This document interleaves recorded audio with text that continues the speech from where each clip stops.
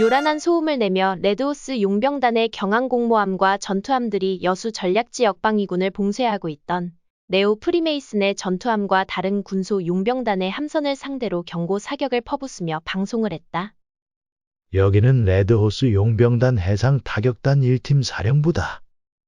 기 전투함의 봉쇄를 당장 풀지 않으면 선전포고로 간주하고 정밀 타격하겠다. 다시 한번 말한다. 지금 당장 봉쇄를 풀어라. 군소 용병단의 함선 내에 있는 작전 통제실. 검은 제복을 입은 남자가 주먹으로 탁자를 내리치며 말했다. 젠장! 남자의 뒤에서 이를 지켜보던 사병이 말했다. 토마스 대장님, 이렇게 또 물러설 수는 없습니다. 닥쳐라! 지금 저들에 맞서는 건 자살행위다. 하지만 어쩔 수 없다. 봉쇄를 풀고 후퇴한다. 토마스 대장 옆에 무표정한 표정으로 서 있던 사람이 비웃듯 말했다. 토마스, 당신의 그 우유부단함 때문에 이번 일도 망친 것이오. 그럼 당신 말대로 이곳을 선제 타격이라도 했어야 한단 말인가? 그랬으면 지금 같이 허망하게 빈손으로 돌아가지는 않았겠지. 당신 말대로 했으면 레드호스 용병단과 전면전이야. 그게 뭘 말하는지 모르나? 군인이 전쟁을 무서워해서 쓰나? 뭐라고? 이 새끼가 죽고 싶어? 남자의 말에 흥분한 토마스가 자신의 허리춤에 찬총을 꺼내들고 남자의 머리에 총구를 겨누며 말했다. 내가 뭘 안다고 그래? 토마스의 갑작스러운 행동에 주변의 군인들도 서로를 견제하며 일제히 총을 뽑아들었다. 그리고 남자 주변에 있던 또 다른 한 남자가 말했다. 해리스 위원님, 해리스 위원이 자신의 머리에 총구를 들이대며 흥분한 토마스를 비웃듯 바라봤다. 그리고 토마스의 총을 가볍게 끌어내리며 말했다. 이렇게 우유부단해서야. 당신은 지금 나를 죽일 수 있는 마지막 기회마저 놓친 거야. 해리스 위원의 말에 토마스는 손에 든 총을 힘없이 떨어뜨리고 고개를 숙였다. 이런 토마스를 매서운 눈으로 바라보던 해리스는 주변 부하들에게 소리치듯 말했다. 뭘 보고만 서 있나? 이놈을 당장 끌고 나가. 예. 멍청한 놈들. 토마스는 주변에 서 있던 부하들에 의해 끌려나가고 토마스를 따르던 그의 부관들도 함께 잡혀나갔다. 이를 지켜보던 다른 선원들은 걱정스러운 표정으로 바라볼 뿐 섣불리 나서지는 못했다. 통제실에서의 살떨리는 상황을 아는지 모르는지 레드호스 용병단 해상 타격단 1팀에서는 연신 경고 방송과 위협 포격을 쏟아부었다.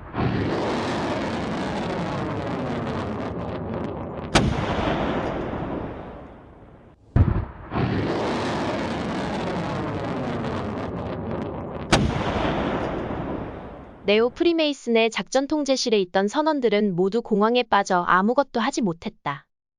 그중 한 선원이 다가와 해리스 위원에게 물었다. 위원님, 봉쇄는 어떻게? 선원의 말에 해리스는 짜증 섞인 표정으로 말했다. 멍청한 놈들. 당장 저기 레드호스 놈들부터 전면 공격해. 하지만 전력 차이가. 죽기 싫으면 시키는 대로 하란 말이야. 하지만 토마스 대장님께서는 불필요한 교전은 피하라고.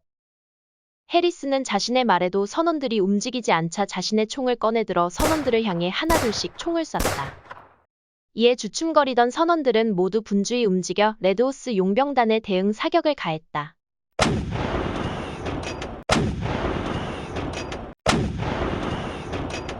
네오 프리메이슨 경항공모함 선단의 일격에 레드호스 용병단의 작은 전투함 하나가 명중에 폭음을 내뿜으며 바닷속으로 가라앉았다. 이를 지켜보던 한 병사가 사령관에게 달려가 말했다. 사령관님, 우리 쪽 전투함 한 대가 당했습니다. 병사의 보고를 들은 사령관은 깊은 한숨을 내어쉬며 말했다. 역시나 평화적인 방법으로 해결하는 것은 무리인가? 사령관님, 어떻게 할까요? 레드호스 용병단 해상 타격단 1팀 전군 총공격. 이윽고 레드호스 용병단 해상 타격단 1팀의 모든 함선에서 비 오듯 함포 사격과 미사일 공격이 쏟아졌다.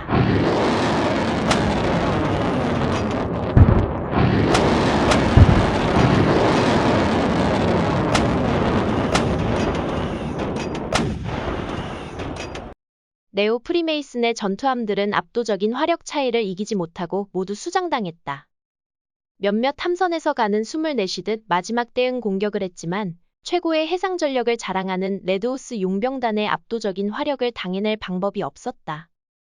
직접적인 전력의 차이도 있었지만 더 중요한 것은 절실함과 용기였다. 레드호스 용병단은 목숨을 바쳐서라도 지켜내겠다는 절실함과 그를 실행에 옮길 수 있도록 하는 용기가 있었지만 왜 싸워야 하는지도 모르고 그저 해리스의 강압에 못 이겨 강제로 끌려나온 무수히 많은 중소규모의 용병단들에게 그런 것을 기대하기에는 무리였다. 그리고 오합지졸인 해리스의 중소용병단과 제대로 힘을 합치지 않고 관망하기만 하는 네오 프리메이슨의 함대도 자신들의 목숨을 위할 뿐 전투에서 승리하는 것에는 관심이 없었다. 결국 이번 전투는 해보기도 전에 이미 그 결과가 정해져 있었다.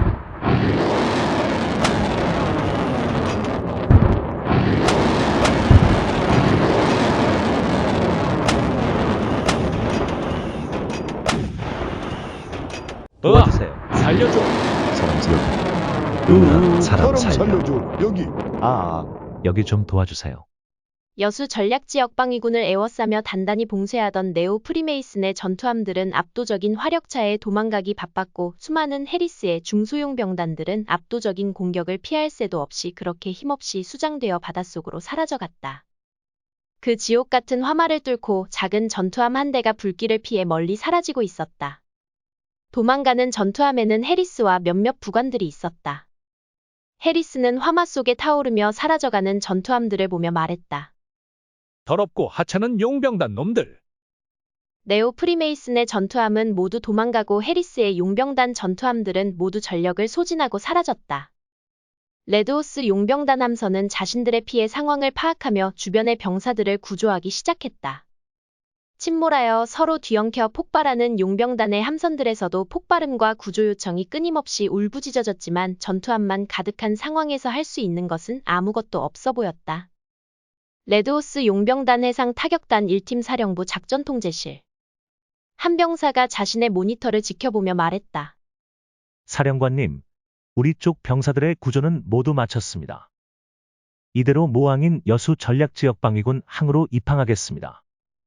상황을 묵묵히 바라보던 사령관이 잠시 생각에 빠졌다가 말했다. 사령관님, 어떻게 할까요? 전군 무장 해제를 하고 저들도 함께 구조한다. 사령관 그레이엄의 말에 병사는 깜짝 놀라 되물었다.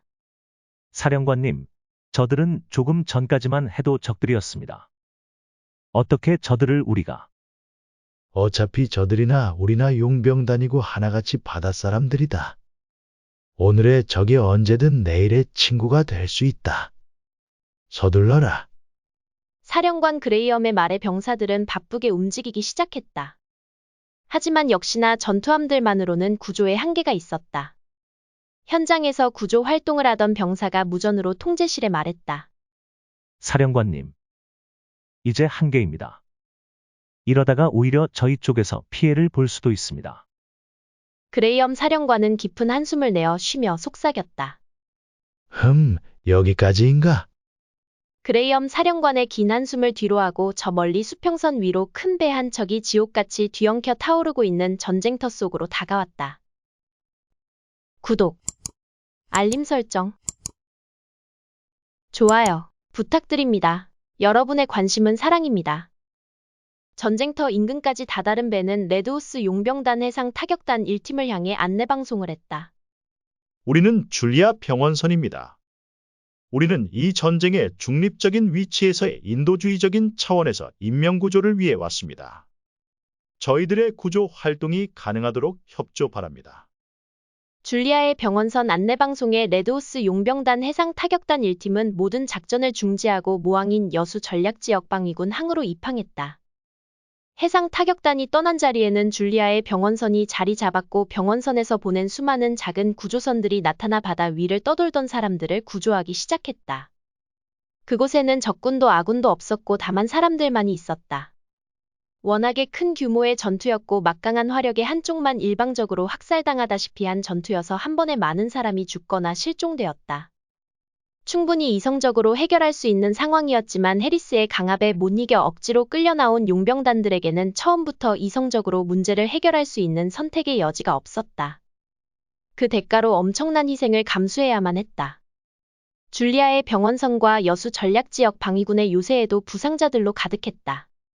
부상자들의 울부짖음의 지옥 같은 또 다른 전쟁이 계속되었다. 여수 전략지역 방위군 요새. 스칼렛과 사령관 그레이엄이 서서 피해 상황을 살피고 있고 부상자들은 여기저기에서 소리쳐 아비규환이었다. 그때 저 멀리에서 한 병사가 소리졌다. 장교다. 적군의 장교를 사로잡았다. 아군 병사들이 한 무리의 포로들을 묶어 끌고 와서 스칼렛과 그레이엄의 앞에 무릎을 꿇렸다. 적군의 장교 옆에 있던 부관이 두 눈을 부릅뜨며 소리쳤다. 뭐 하는 짓들이냐? 이분은 토마스 용병단의 대장님이시다. 스칼렛과 그레이엄의 앞에 무릎을 꿇고 있던 토마스는 아무 말도 하지 못하고 울분의 찬 표정으로 고개를 땅바닥에 쳐박고 있었다. 이 모습을 바라보던 스칼렛이 말했다. 토마스 용병단? 토마스 용병단이 왜 네오 프리메이슨의 일을 하지? 원래 해양연합 소속이 아닌가? 토마스는 아무 말도 하지 못했다. 다만 죽음을 기다리는 사람같이 모든 것을 체념한 듯한 모습이었다. 그렇게 적막에 빠지고 얼마 후 저 멀리에서 프린츠 일행이 저물어가는 태양을 뒤로하고 다가왔다.